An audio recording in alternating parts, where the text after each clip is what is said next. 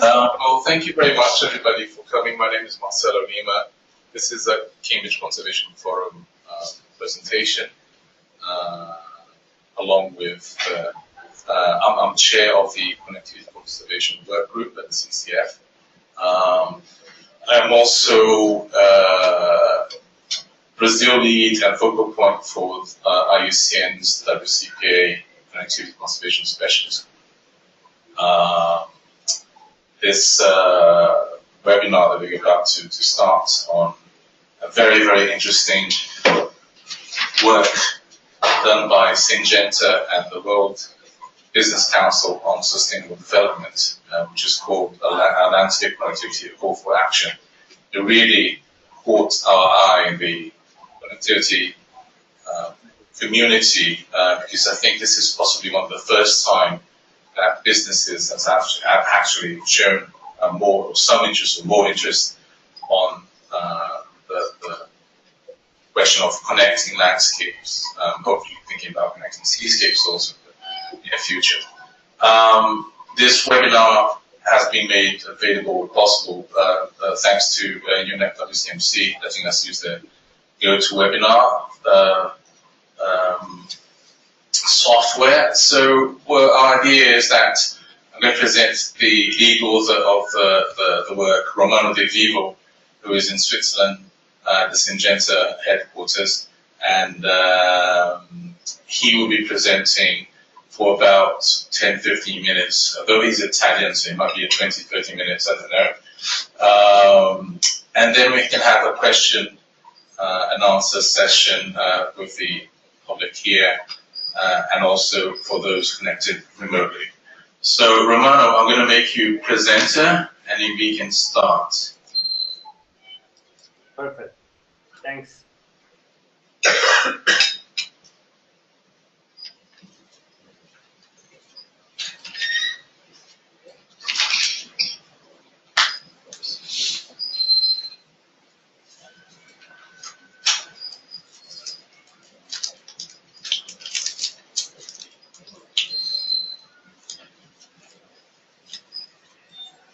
I can't see your presentation. Oh, there it is.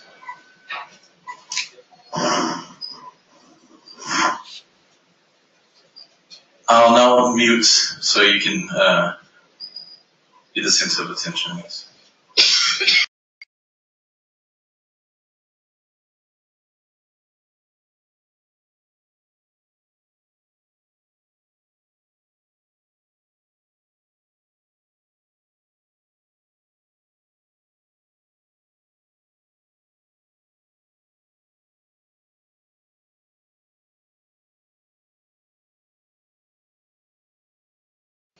Romano, can you say something?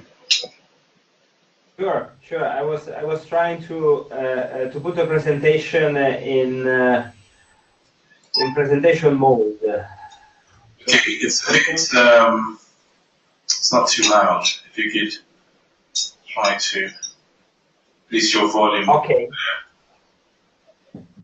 Okay.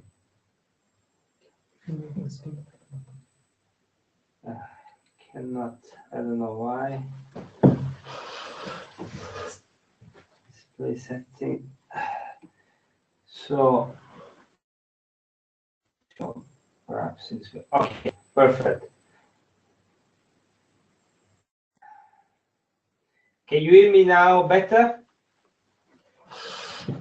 A bit better. You guys want to come closer, maybe? Are you all right? Can you hear properly? Yes, that's all right. Thank you. Perfect. So, good afternoon, everybody. Thank you for this great opportunity, Marcelo. We want to share with you today a work that we did with the World Business Council, but also that included a large number of stakeholders, just as a reflection and a call to action for something that we really believe it may need the support of a wider platform of stakeholders. So the first slide is about me. I mean, I work in sustainability and agriculture policy I have an economic background, so if I say something that is not completely precise from a scientific point of view, I mean, I'm sure that you will accept it. I'm leading the global environmental policy at Syngenta, but I'm also leading the implementation of a number of projects around the world. I mean, my company is, through the Good Growth Plan, implementing several projects of what we call conservation agriculture. That includes soil management practices, but also recreation and restoration of habitats around the world. I've mainly worked at Syngenta, before in regional and territory roles, and before even I worked at Johnson & Johnson. I mean, I started really my my career auditing more than 20 years ago agriculture production in the field. So my background is really the background of an auditor, someone that is looking deeper to the projects to really understand all the elements and try to extract then ideas for the design principles to implement new projects, but also elements to inform the value creation exercise that we are doing together with a number of stakeholders. And I'm based in Basel, where we have the headquarters of Syngenta. So this work, we did it together with the World Business Council. You are probably familiar with the World Business Council. It's a big organization with over 200 different businesses, with many different that are really making efforts to incorporate more and more sustainability in their business models.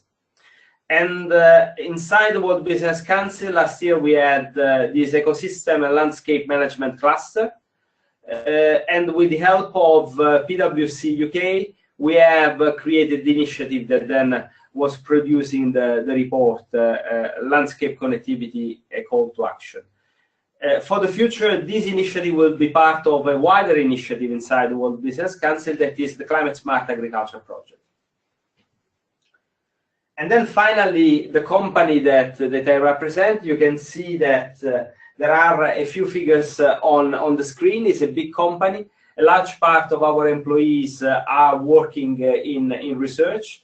It's about 1/4 of the total number of employees.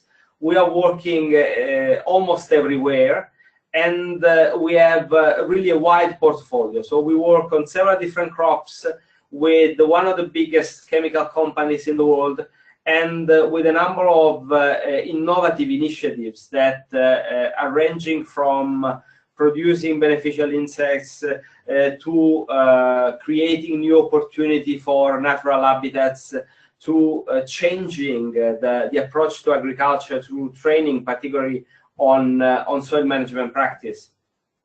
And clearly, I mean, through the Good Growth Plan, we have developed an approach that is trying to incorporate systematically sustainability and the SDGs in our business model.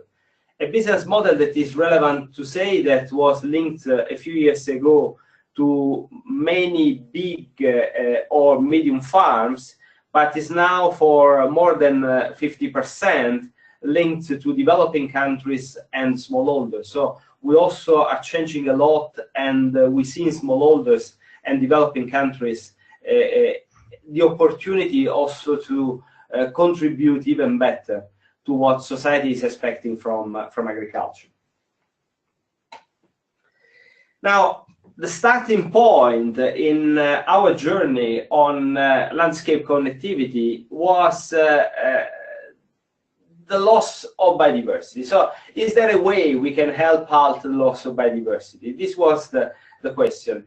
And actually, we have looked around for our internal activity, but also for the activity of several different stakeholders in the World Business Council, in other partner organizations. And we have seen that there is basically a strict association between the decline in biodiversity and the habitat fragmentation.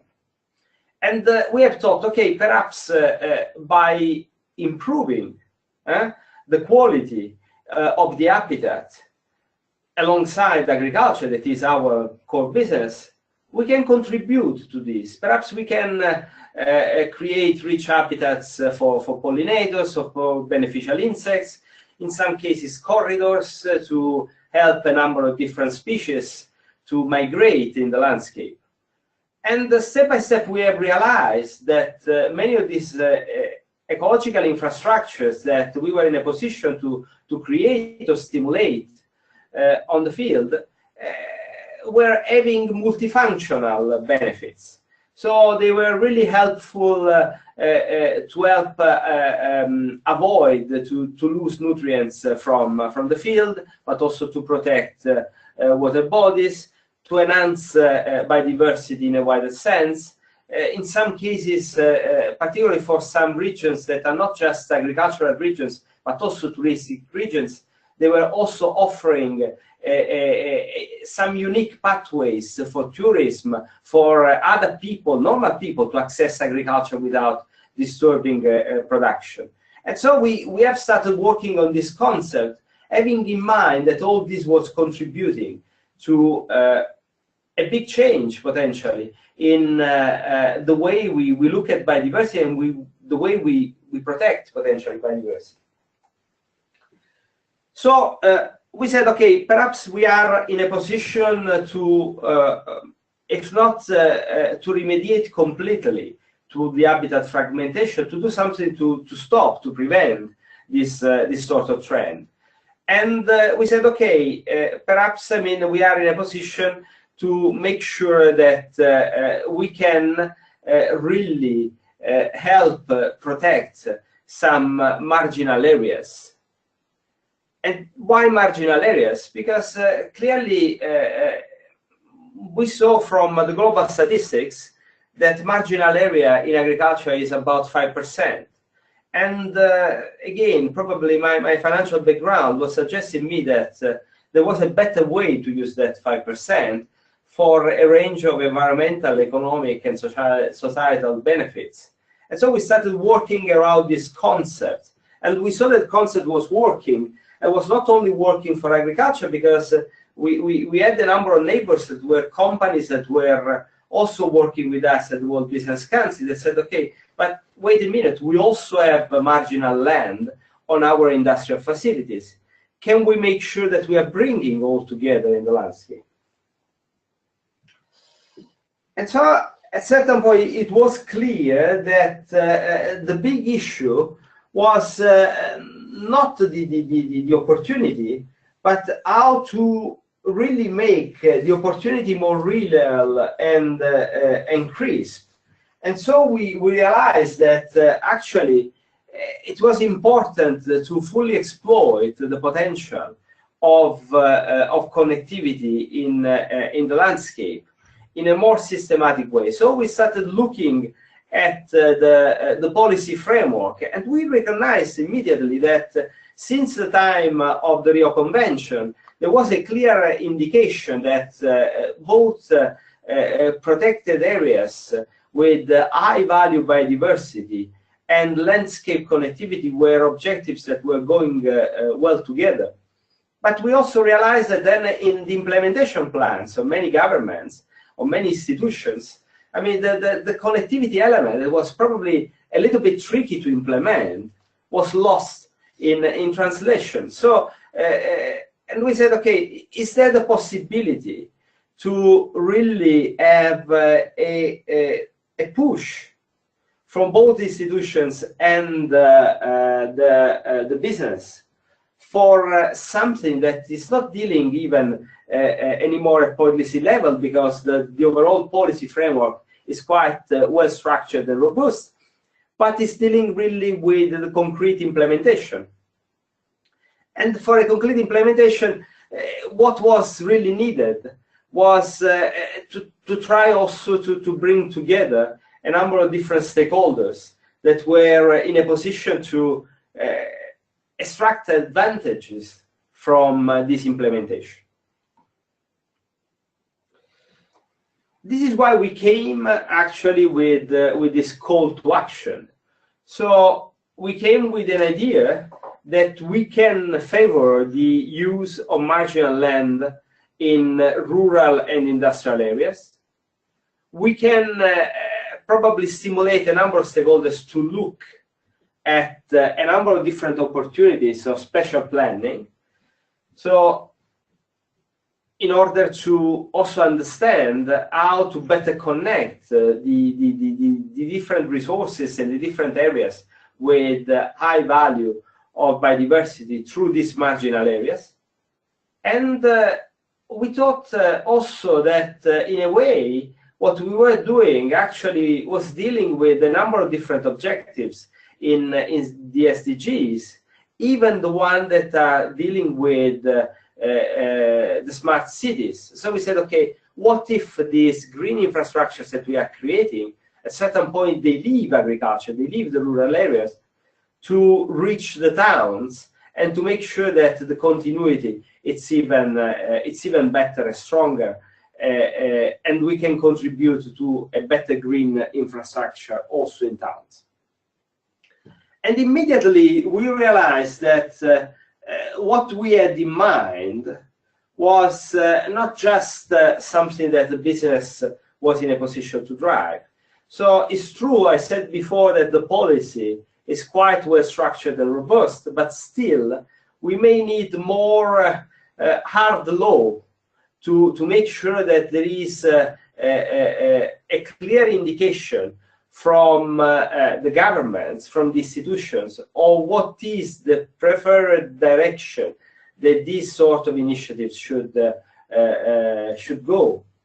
But also a real mix between these hard law indication and the soft law, the standards of the industry, of the value chain, that is then attributing a value to this sort of initiatives. So attributing a value to biodiversity, attributing a value to ecological infrastructures on marginal areas, and also to the fact that a number of different stakeholders, by coming together and taking responsibility, also to make these investments traceable and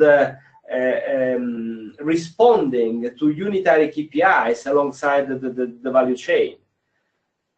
And finally, we noticed that in many areas where we were investing time and energy, and we were creating buffers to protect water bodies or other ecological infrastructures, we saw that it was growing this sense of ownership of the landscape, the sense of ownership of the field margins, of the forest. And we said, okay, we have done a good job. And there are already some very concrete examples that are emerging from all this activity and from the collaboration in the value chain. And one of the best ones, I will not mention the name of the company, but if you go to a supermarket, to any supermarkets probably around the world, you will see that there is a specific biscuit company that is marketing their sustainability approach by saying that they only source the raw materials for their biscuits from fields that are keeping at least 3% of biodiversity in the field. And this is a company that is really looking at this concept of marginal land and use of marginal land to contribute to productivity, but also to several different other socioeconomic and environmental benefits. And what you can notice is that this 3%, this concept, is a very simple one that any consumer can understand. And it's the same that their sustainable sourcing manager in the company is having in mind when he's sourcing the production. And it's the same that the farmer has in mind when he's implementing the ecological infrastructures, meaning that the same KPI alongside the value chain is contributing to a value creation that is really important for several different stakeholders, and finally for the consumers that can appreciate what is done in the field. So this is our concept of call to action. What are the next steps? We believe we need to continue to raise awareness of the importance of landscapes, of the importance of the protection and enhancement of the landscapes through connectivity measures. And we believe that we need to make sure that we reduce as much as we can the disconnect that exists between policy and implementation. And we believe that the public-private community partnership can play a big role in reducing this gap. We believe that there are a lot of good publications and good ideas about landscape level planning and implementation. It's just a matter of bringing the stakeholders together to show where is the value creation and how landscape connectivity can contribute to a better product, but also a better well-being of the communities that are contributing to produce it. And clearly, we want to make sure that each of the stakeholders in the value chain understand all these and is motivated by these factors to do a great job and contribute to a better landscape. So I was saying before, we believe in a landscape that is truly multifunctional. And if it's truly multifunctional, it's good enough to attract several different stakeholders with several different interests, with several different ability to invest and interest to own and protect the landscape. And this is really extremely important in our call to action, because it started as an agricultural activity. For us, continues to be mainly an agricultural activity, but we truly believe that without the integration in an open and inclusive way of all the stakeholders, we would probably not reach all the benefits and all the value creation that we can. One project that for me is really iconic of what we are trying to do is this project in the Brazilian Cerrado. Is the restoration of the connectivity of a large part of an important forest. And this is a project that TNC has been running with several different partners. And if I'm not wrong, I mean, Marcelo was as well involved in this project some years ago. And this project is the perfect mix of hard and soft law. It's a project that has been stimulated through the forest code of the Brazilian government. So a very clear obligation for farmers. I mean, sorry guys, you need to restore part of the forest. You need to dedicate certain areas for certain objectives. But then, I mean, what was really important was the effort of the value chain to make sure that their products produced thanks to the soya that is grown in this area of the Cerrado were recognized as truly sustainable. And so, I mean, it was the effort of these companies to market to consumers their sustainability that through soft law, through voluntary standards, transformed for these farmers totally the landscape. So the opportunity of these companies to join the farmers and to help them to create nurseries for all the different species of trees that are needed for this sort of restoration, but also to have technical knowledge and advice and even access sometimes to financial means to make sure that the implementation was really happening in the right way. So I think this is really representing well what a multi-stakeholder platform can do for the landscape.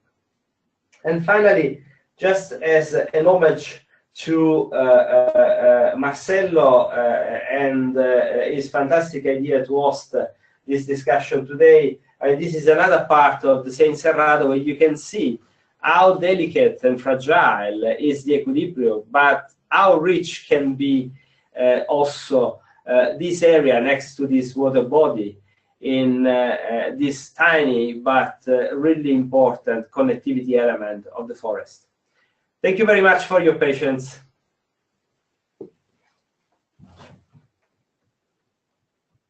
Thank you, Romano. now be accepting questions, I think first from our audience here, if there are any. Can you still hear us, Romano? Absolutely, very well. Okay, so do we have any questions? No? I have a question about the work that's been done in Brazil and possibly elsewhere. How are the companies, or how is Syngenta doing the conservation planning, or it's just basically the stakeholders that are doing that? Sure. No, we work really together. We have our standard operating procedures for conservation projects. We have our design principles for the implementation of the projects that are derived from the last 20 years of literature. We work with experts, and usually our starting point is a sort of global protocol. Then with the local experts, we try to adapt to local needs, and we try also to incorporate the local knowledge that clearly these experts are bringing. We rarely work alone. We always need the local experts. We always need support also from other businesses.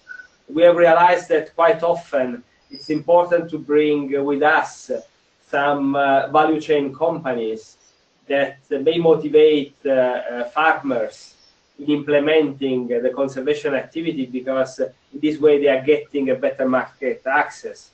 But we also recognize that sometimes it is an issue for several practices, because you need to invest some money, and we bring along also some financial services companies to help farmers to make the necessary investments. These are banks, sometimes insurances, when we also see that some of the changes may, in the short term, affect productivity. And so this is our way of operating. I mean, very much learning and applying some general standard procedures and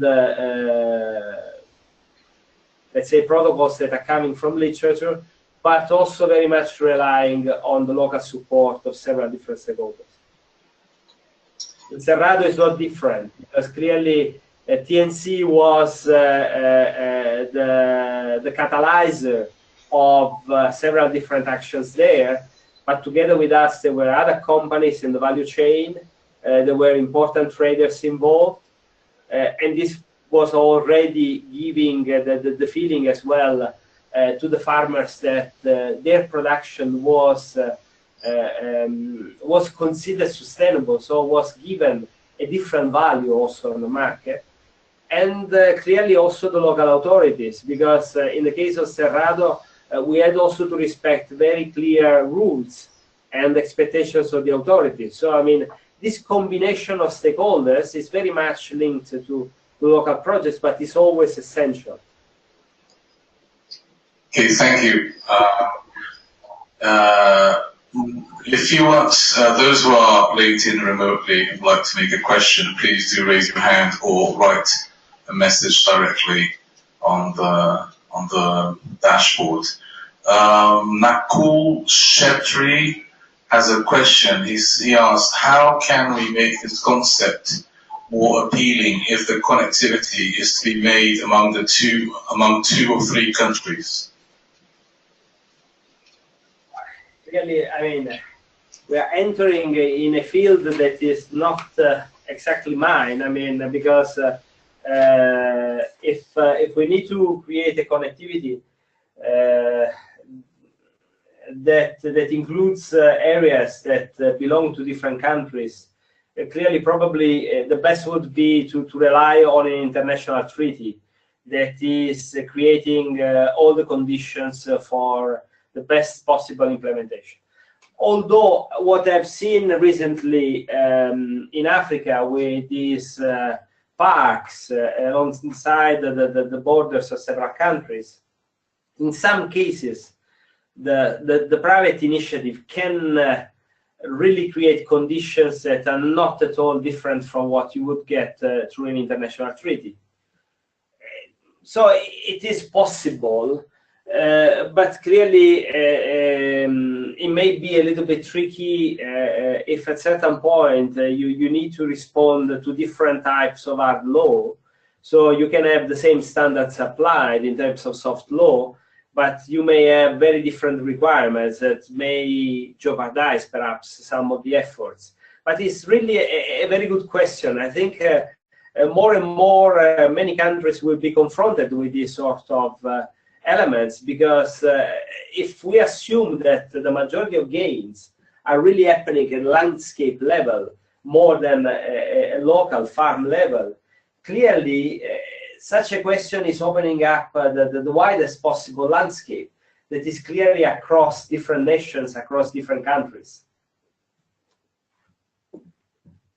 Thank you. On that issue, it's all about transboundary connectivity, I guess, and there's some interesting work in Africa, also in Europe. IUCN has a transboundary group that deals with that, and it is definitely tricky because many times you have different countries with different policies, and you have to really try to tie those policies together.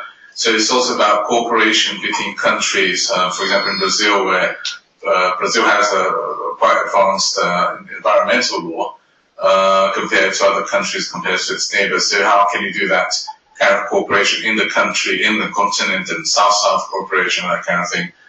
David from the CCI Landscape Restoration, is it?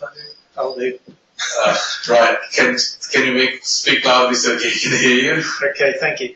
Thank you. That was interesting presentation. I mean, especially looking at these last kind of rotating slides now, and what we said that preceded them. You know, this is clearly an approach to trying to create more healthy agricultural systems within at a kind of landscape scale.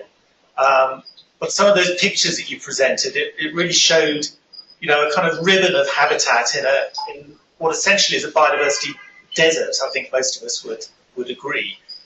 And I just wondered, you know, in terms of what you're advocating here, whether it had been compared, if healthy landscapes are your kind of ultimate objective, with a more kind of extensive approach and actually changing the agricultural system and integrating biodiversity more directly into the system, including through, for example, and I guess this lies at the heart of what Syngenta is all about, you know, advocating the reduction or the removal of use of chemicals such as neonics, for example.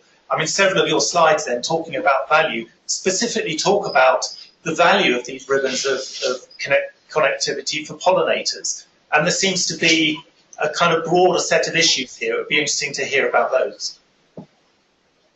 Sure. Thanks for this articulated question, because it's bringing to the table a number of important issues. First of all, I think this is the picture you are referring to. I mean, you have a fantastic forest in the middle, but all the rest is intensive agriculture. This is an important reflection, because clearly, according to FAO, we need to increase the productivity by 2050 of 70%.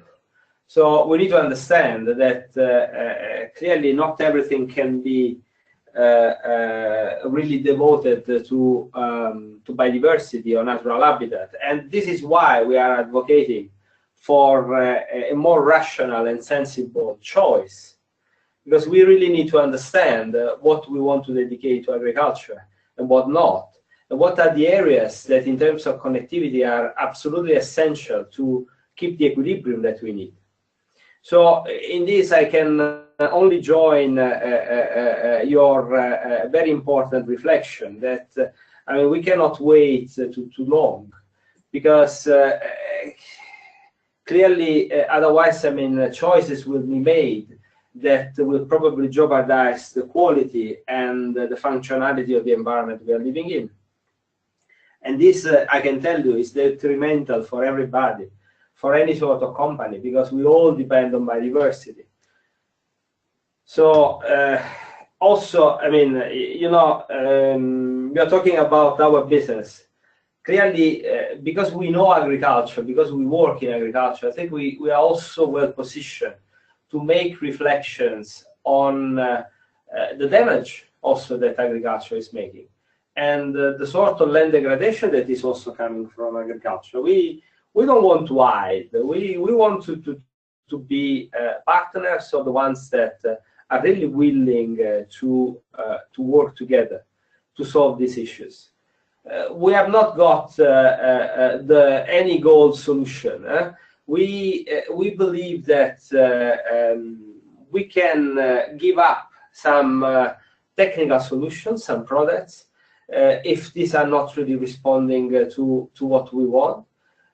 But we also need support to create new products, new solutions. And this is where, I mean, we really need to receive the help of the conservation community, because we need also to make a change. I mean, if we say society doesn't want to have any more pesticides in 10 years from now, okay, let's study what are the alternative solutions. I mean, we are absolutely ready. I mean, we always had a very open mind, and this is the reason why we have developed a wide portfolio. So if there are other solutions that we can develop, I mean, we are very open and extremely interested as well in doing it. And there are no partnerships that are not good enough for us. I mean, it's a little bit like the discussion that is going on the fossil fuels now. I mean, we understand that we can progressively introduce a number of new technologies, so a panel of energy produced through wind and so on. But clearly, I mean, we cannot shift immediately from one approach to another. We are managing everything in a more convergence sort of mode. It's a little bit like, you know, with our smartphones. I mean, many years ago, we just had a telephone, a television, a radio, a computer. Now we have a smartphone. I mean, nothing was really substituted. But this convergence is making everything more rational, more functional, creates more value for everybody. We are absolutely ready to jump in this sort of discussions and to bring our knowledge and our scientists into it. So this is absolutely a must, and this is what we want to do. Then clearly, I mean, there are situations in which we see that the environment for some of our solutions is critical, and this is we accept and we are ready to take it in consideration. But also we need also to have a different type of discussion, because, you know, the industry is trying to do its best to bring solutions to agriculture, and regulation is complex, and the interpretation even of the regulation is evolving continuously through a number of guidance documents, and the discussion is always proceeding. But the reality is that if you make an investment in new chemistry, you have a 20 years time also to have a minimum return on the investment. And clearly, I mean, every time that this is disappearing, it's not easy. And clearly, we also want to look into more pragmatic solutions, a more clear long-term way of operating, because it's very difficult for companies to change completely the way they operate. So we are open to this change, but please keep in mind that any change requires time, and we understand all the concerns, and if there is something that it's putting at risk the quality of the environment, the health of people, we clearly don't believe it's possible to compromise. But I mean, we need to have a more sound discussion and a better planning to make sure that all the different elements are integrated in the best way possible. Because clearly the systems are not always perfect. So in different parts of the world, we have different requirements, and different authorities regard also substances in different ways. So I mean, it's not so easy to say that something is really not good, or it requires a complete change. But if it happens, we are happy to join and the discussion and to take decisions in full alignment with this discussion, with these considerations. I don't know if I was answering to your question. It's very complex, but I would be happy to continue this discussion with you, even offline, if you want. Yeah, that was a very thorough answer. Hopefully David will have some food for thought there and maybe can contact Romano directly. Any questions? Just before we continue to the next question, just to point out the complexity. For example, this landscape here was is probably the western part of the Sahara, more closer to the Amazon forest, so that's why you've got more of a forest cover. But most of the Sahara, this would basically be just gallery forest. So if you're thinking about connectivity, it's not only about forest, but also all the savanna type of features that would be here. So I would say it's a bit more complex than just the forest and forest cover, which would be a percentage of the animals that actually use, and then other animals like giant anteaters, for example, or maned wolf would be using the surrounding savanna. So it's a bit more complex than just forest. Forests are pretty, but not the only part of the whole landscape. Tom, from Berlin. Essentially, hi Romano, this is Tom Starnes from the Royal Society for the Protection of Birds, Life International partner in the UK.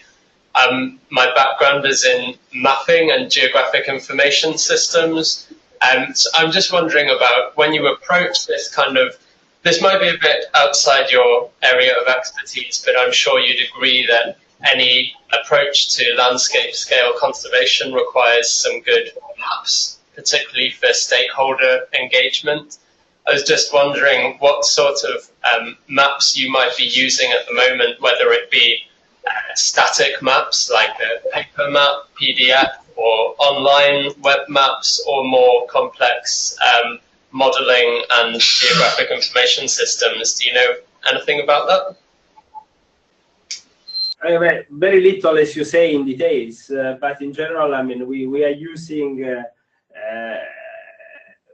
little bit all these systems for the different projects, because we run tiny projects for which really the mapping is a very easy exercise, to big projects in which the mapping is more important, and we have some collaborations now as well with institutions that can grant us the access to some satellite data and imaging, because this clearly can be extremely helpful. Also, when all the landscape connectivity approach is also linked to an approach to reduce as well the drift of the chemical products on this ecological infrastructure. So the mapping is really important, because we also identify clearly what is the non-sprayed zone that we need to consider then for the farmers as well. So this is clearly part of the projects to explain exactly how we are implementing. Probably I'm not the right guy, but in general terms, many of our partners at local level, I mean, could provide you with some background information of what we are doing. Thank you. Any more questions? Yes. Okay. Sorry. I think first. Okay. Hi, I'm Suzanne. I'm with FFI. I just wondered how long have you been championing this approach? And perhaps how many partners have you approached to try it, and what's the level of uptake? Sure. I mean, we have created the Good Growth Plan in 2013. So the data that we share about our approach are data that are from 2014 to nowadays. And basically, we are talking about 13 million of hectares of conservation practices around the world. This is a little bit less than 400 projects in about 40 countries in the world. So it's a quite wide approach. And in reality, I mean, we have not started in 2014. We have started well before. In Europe, our approach is probably 15 years old. In some parts of Latin America, for example, in Colombia, our EcoAguas project is 22 years old. So there were some attempts before, but in a more systematic way, and with a full audit procedure for all the projects and assessments to really evaluate the benefits, not only in terms of environment, but also socioeconomic benefits of the projects, only, let's say, in the last 4 years. Sorry. Can you identify yourself, please? Yes. Hi, my name's Alistair. I'm studying the MPhil in Conservation Leadership here at Cambridge. My question was around, you said you identified ownership as kind of an outcome. Excuse me. Was that in relation to kind of farmers in the agricultural sector, or was that kind of broader at a community sense as well? I mean, I was referring more to the community sense. I mean, for example, we have projects that are about the creation of riparian forest on the mountains to benefit the irrigation system that is used by farmers in the valleys, and clearly we involve the communities that are living in the mountains in creating nurseries and understand also how to grow systematically a forest and how to protect it. And this is contributing enormously to their sense of ownership. That is important because otherwise they would probably use the forest in a different way. They know that it's a source of income for them, a source of jobs, but also, I mean, there is a wider ownership because then they have learned also that they can extract other values.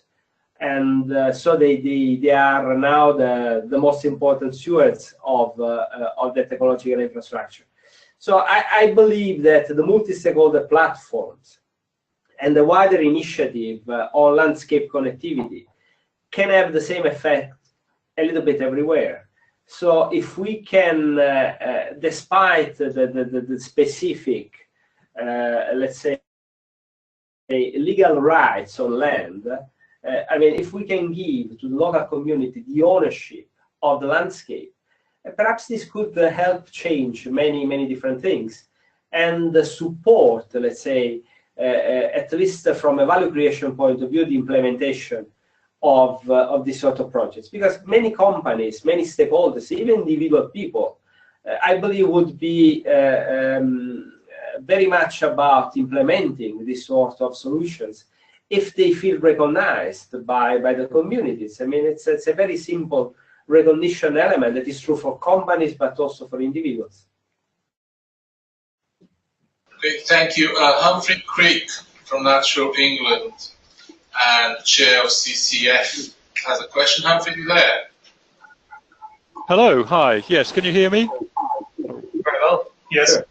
Sure. You can. Great. Go ahead. Yes. I was wondering how the WBC is going to measure the success of this call. Have you got plans to identify how much land has been turned over to connectivity and so on? For the time being, more than the association are the individual members to make the measurements. But one element, one point in the agenda to be discussed is a wider approach to measurements. I mean, World Business Council always had a very pragmatic agenda with very clear KPIs. And now probably we are at a carrefour. We are at a turning point where we need to review these KPIs. And now that this initiative has been associated together with soil management into what we call climate smart agriculture, I think that there is space and willingness of all the members to come with a different way of measuring the initiative itself. We are also very open, both as company and as association, to any sort of inputs that you may have. And for example, we are currently also looking at reviewing all our approach on sustainable agriculture with the National Conservancy right now. And we believe, for example, we could move in the next future from our current Good Growth Plan to something that for the time being we call Good Growth Plan 2.0, where exactly, I mean, we want to adopt also measurements that are really shared measurements or proxy of shared value for many stakeholders.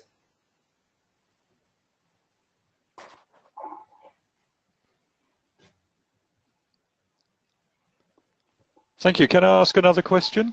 Sorry, I was muted. Yes, you can ask another question, and then there's again Nakul from ECMOD who wants to further ask a question. But go ahead, Humphrey. Okay, a quick one, which is what resources will WBC put into the initiative? Because many places will require funding that might need to be centrally provided. I want to be clear that this is not an initiative. I mean, World Business Council is not acting here as a donor for conservation projects. World Business Council is stimulating partnerships between the company members and conservation organizations that are focused on improving the quality of the business of the company members by producing positive effects on landscape connectivity. So if your question is if you can join platforms or propose projects to the individual member companies, definitely yes, for sure. But then, I mean, the funding depends on the project, depends on the location, depends on the business that you can contribute to make more sustainable. Okay, thank you. Okay, thank you. I'm going to last question. Any questions in the audience? Because it's spinning. Just one last question from Nakul. Nakul, can you hear us?